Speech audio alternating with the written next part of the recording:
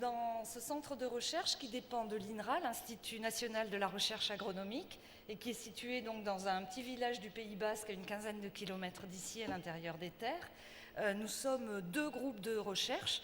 Les uns travaillent sur le poisson dans son milieu naturel et les autres sur le poisson d'élevage. Nous avons comme objectif commun de nos recherches de faire en sorte qu'il y ait du poisson demain encore dans les océans, dans les rivières et aussi dans nos assiettes.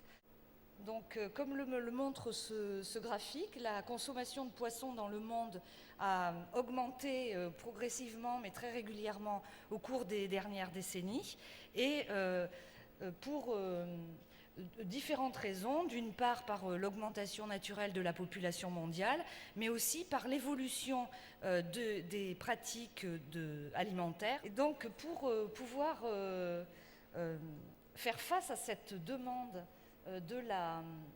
pour la consommation humaine, à force de puiser dans les ressources naturelles marines, eh bien, elles se sont épuisées. Et on en a pris conscience que récemment, et donc, comme elle l'a indiqué, près de 85% des stocks de poissons sont soit pleinement exploités, soit surexploités.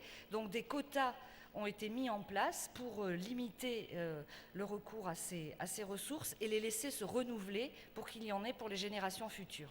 En fait, ces mesures ne portent leurs fruits que très faiblement pour l'instant, et ça prendra un certain temps à condition qu'on les respecte, puisque actuellement, seulement 1% des stocks sont en cours de reconstitution.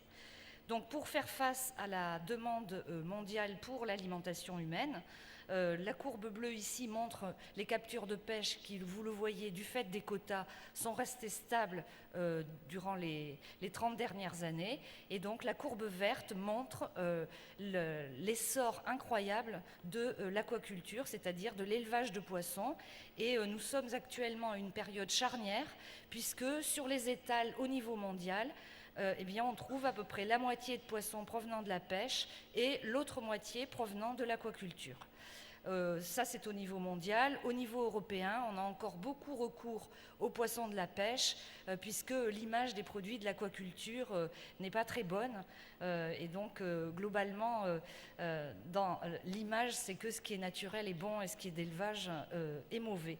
Donc, les recherches que nous conduisons sont vraiment orientées sur l'objectif de produire du poisson qui satisfasse la consommation humaine, à la fois en termes nutritionnels et sanitaires, et aussi en termes organoleptiques.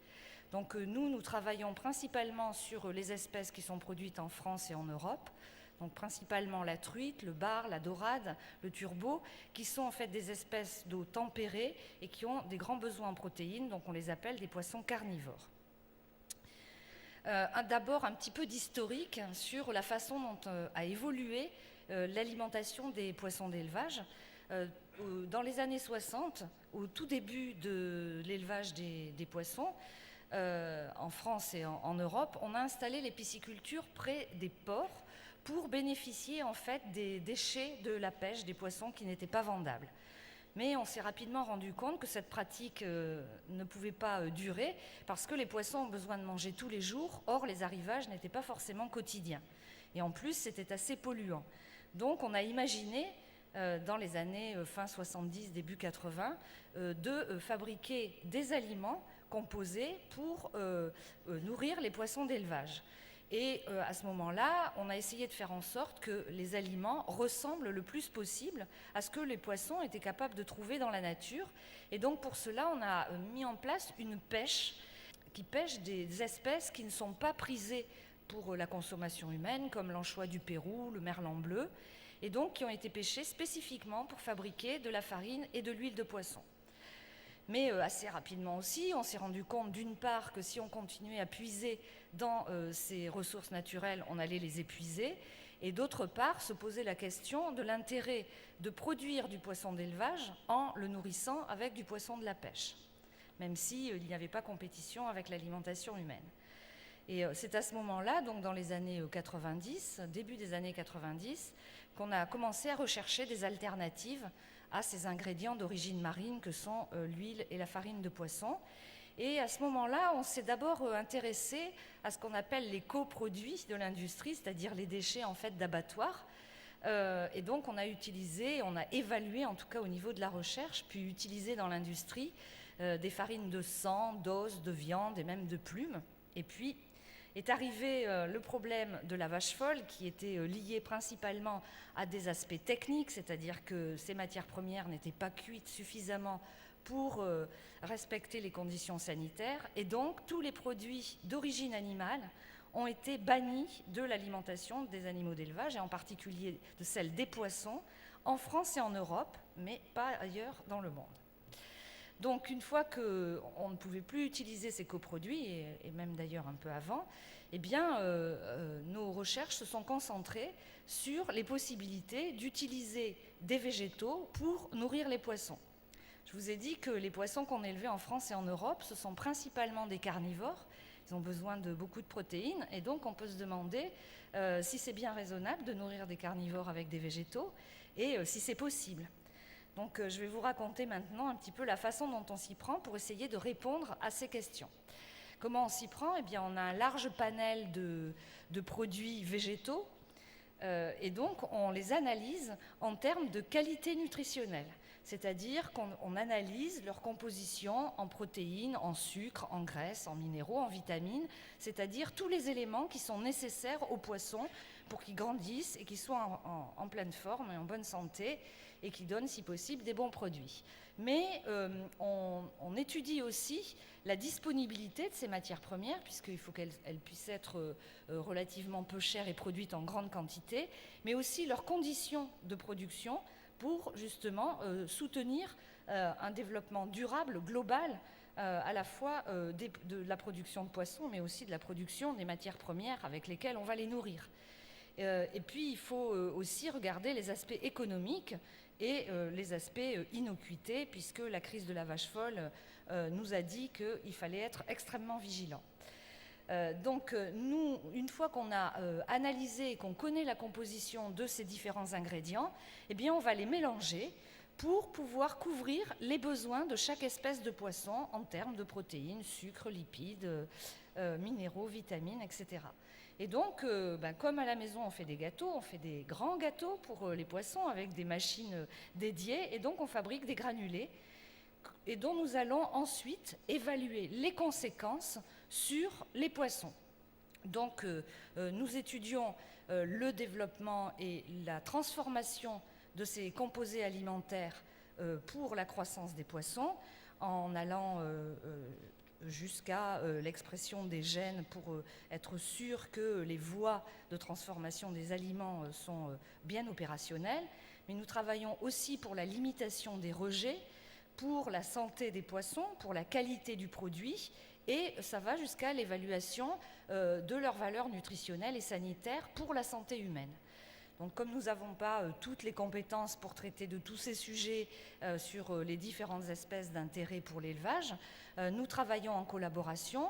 L'Europe avait des initiatives dans ce sens-là et soutient énormément la recherche. Donc dans ce cadre-là, nos principaux collaborateurs sont les Norvégiens, les Écossais, l'Espagne, le Portugal, l'Italie, c'est-à-dire des pays grands producteurs de poissons d'élevage. Et puis nous travaillons aussi avec des pays comme la Chine et l'Inde, qui sont les plus grands producteurs mondiaux, ainsi qu'avec des pays d'Amérique latine qui souhaitent développer l'aquaculture pour nourrir leur population. Et donc, en alliant tous nos efforts, au cours des 10 dernières années, nous avons réussi à démontrer qu'il était possible de réduire l'utilisation des matières premières provenant de la pêche de 45% jusqu'à 15% dans les aliments pour les poissons d'élevage, en les remplaçant par des produits végétaux. Donc vous voyez, il faut qu'on continue encore nos recherches pour comprendre pourquoi les 10 à 15% qui restent sont pour l'instant encore nécessaires, tout en gardant à l'esprit l'objectif de la qualité pour l'alimentation humaine.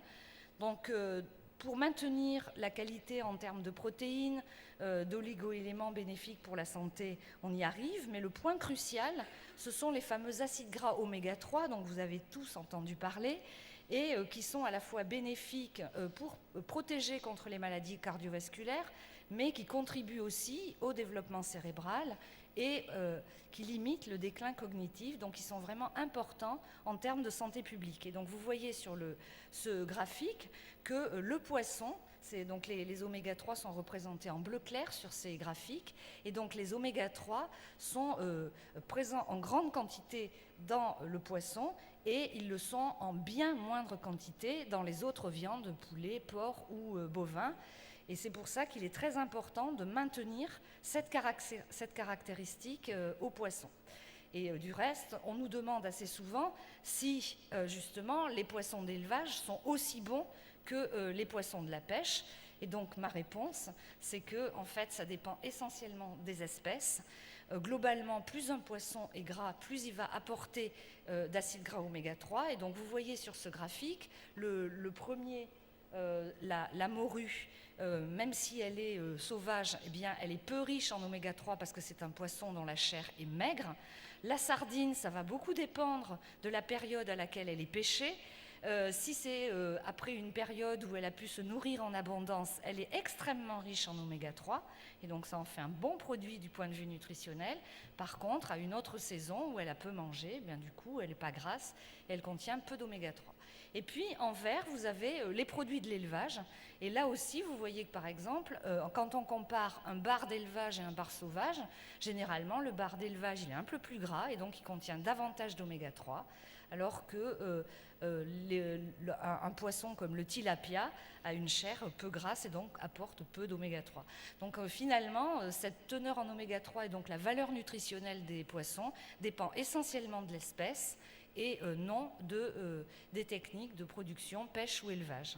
De toute façon, donc mon message, c'est de vous dire, variez les produits que vous consommez, à la fois des produits de la pêche, mais également des produits d'élevage, pour varier les goûts, les plaisirs, les apports nutritionnels, tout en essayant de protéger les océans pour demain.